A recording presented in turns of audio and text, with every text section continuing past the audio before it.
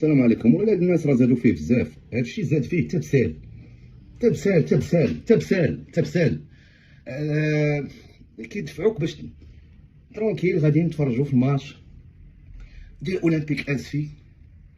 انت كنلقى هذيك المشاهد، المغرب منظم حتى عيا من البطولات وكبير وقاري وما عرف شنو، وسبحان الله كيكونوا هذوك الجيران ديال السوق ديما كاين المشاكل لهاد الدرجه.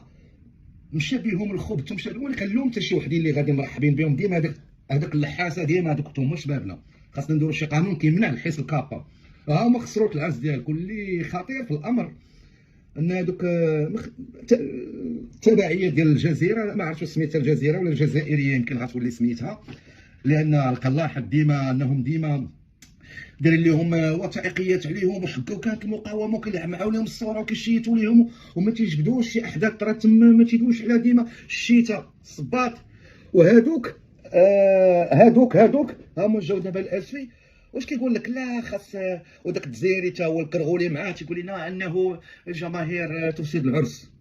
خاص نضرب بيد من حديد على هاد الكلاب هادو.